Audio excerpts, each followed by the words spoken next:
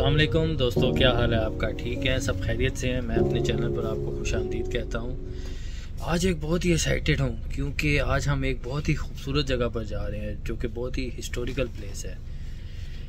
और इसमें मेरे साथ मेरे कुछ दोस्त भी हैं। हमने सोचा था कि ज़रा जल्दी निकलेंगे, लेकिन कुछ कमिटमेंट्स की वजह से और कुछ काम भी थे, फिर नाश्ता वगैरह सारी चीज़ें करने के बाद पाकिस्तानी एज़ यूजुअल हम लेट ही हो जाते हैं कहीं जाने के लिए। तो लेकिन हमने कहा चलो अब ठीक है। लेकिन लेट होने का एक फ़ायदा भी हुआ कि मौसम अच्छा हो चुका है और सुबह बारिश हो रही थी, लेकिन अभी मौसम बहुत खूबसूरत है। और अब साथ साथ हम आपको रास्ता भी दिखाते जाते हैं कि कैसा है, और रास्ते में जो जो चीज़ें आएंगी वो भी आपको साथ साथ बताते रहेंगे। मैं तो निकल आया हूँ और वेदर बहुत ही अच्छा है, हवा ठंडी चल रही है, सूरज की रोशनी है लेकिन बहुत ही हल्की। हम जा रहे हैं सैंडी माउंट बीच। ये डबलिन सिटी सेंटर से तो तकरीबन 4 किलोमीटर के डिस्टेंस पे है, लेकिन जहाँ हम रहते हैं यहाँ से ये तकरीबन कोई 20-25 किलोमीटर का रास्ता बनता है। लंबी राइड है लेकिन आपको महसूस नहीं होती क्योंकि यहाँ पर ट्रांसपोर्ट का निज़ाम बहुत अच्छा है। तो मेरे साथ रहिए और मैं आपको पूरा रास्ता दिखाता जाता हूँ कि रास्ते में क्या क्या सीनरीज आ रही हैं और कैसा है।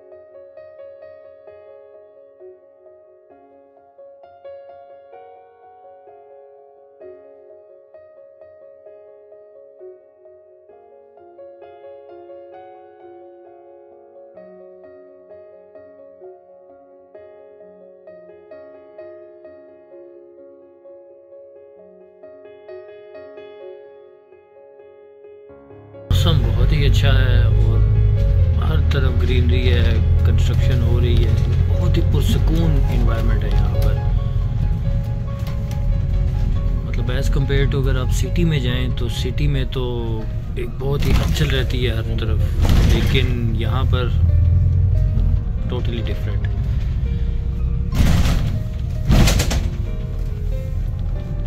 भाई हम भी ब्लॉगिंग कर रहे हैं, हमें भी करनी है। ये लेफ़्ट साइड पर लिडल है। ये बेसिकली कह सकते हैं टेस्को और आल्डी और लिडल, ये तीनों कंपेटिटर्स हैं सुपर स्टोर चेन में, और इनके रेट्स काफ़ी आप कह सकते हैं कि अफोर्डेबल होते हैं। Lidl as compare to Tesco और आल्डी बहुत रीज़नेबल प्राइजेज़ हैं, लेकिन कुछ चीज़ों में टेस्को ठीक है, कुछ चीज़ों में लिडल। तो कंपैरिजन नहीं कर सकते, बस आपको जो चीज़ सूट करे फिर आप उसके अकॉर्डिंग वो यहाँ पर डिसीजन ले सकते हैं।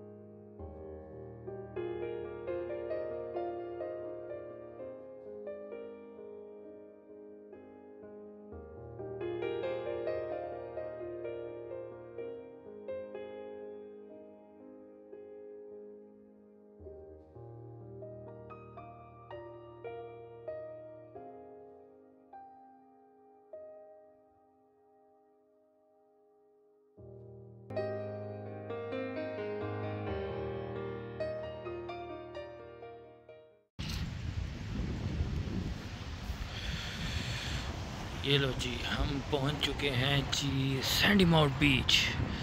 है तो पानी तो कम है, लेकिन बहुत ही वाइड और लंबा बीच है। सबसे इम्पोर्टेंट बात यह है कि यहाँ पर जब टाइड स्लो होती हैं तो समुद्र पीछे चला जाता है और आप दूर दूर तक चल सकते हैं बीच में भी। अभी काफ़ी लो टाइड्स हैं और सामने बहुत बड़ा सैंडी एरिया आपको नज़र आ रहा होगा। इसकी थोड़ी सी हिस्ट्री अगर बताता चलूँ आपको, तो ये है कि 1883 में यहाँ स्विमिंग बाथ्स बनाए गए थे।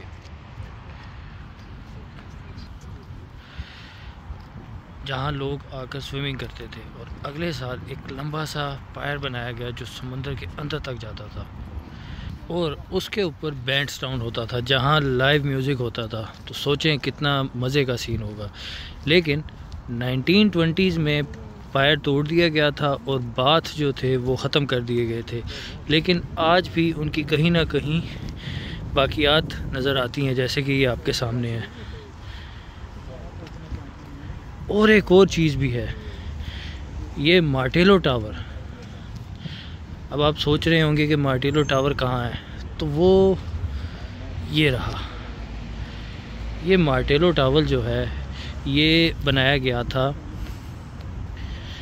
उस वक्त जब नेपोलियन फोर्सेस से इनको ख़तरा था,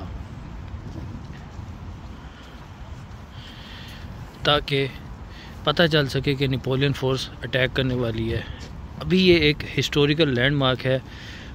और अगर आप लिटरेचर पसंद करते हैं तो जेम्स जॉयस का नावल तो आपने सुना होगा, यानी कि यूलिसिस, याद होगा। उसमें भी सैंडी माउंट स्टैंड का जिक्र किया गया है। ऑनेस्टली यहाँ की हवा और समंदर की आवाज़ इतनी रिलैक्सेशन देती है कि दिल चाहता है कि बंदा इस रेत पर लंबा होकर सो जाए। तो देखो जिस तरह टाइड ने वाइड सैंडी एरिया खोल दिया है, लिटरली लगता है कि आप किसी डेजर्ट और बीच के कॉम्बिनेशन पे खड़े हैं। तो दोस्तों ये था हमारा आज का सफ़र सैंडी माउंट स्टैंड का। एक ऐसी जगह जो सिर्फ एक बीच नहीं बल्कि एक पुरानी तारीख़ और अदाब का हिस्सा भी है। मुझे तो यहाँ काफ़ी एक्साइटमेंट हो रही है, क्योंकि समंदर अभी बहुत दूर है, तो आप आराम से बीच में घूम सकते हैं और बहुत ही यूनिक जगह है। तो आप लोगों को कैसा लगा ये व्लॉग कमेंट में ज़रूर बताइएगा। और अगर आपने डबलिन का कोई और बीच भी विज़िट किया हो तो उसका तजर्बा भी ज़रूर शेयर कीजिएगा। अगले व्लॉग में फिर मिलेंगे, तब तक अल्लाह हाफ़िज़।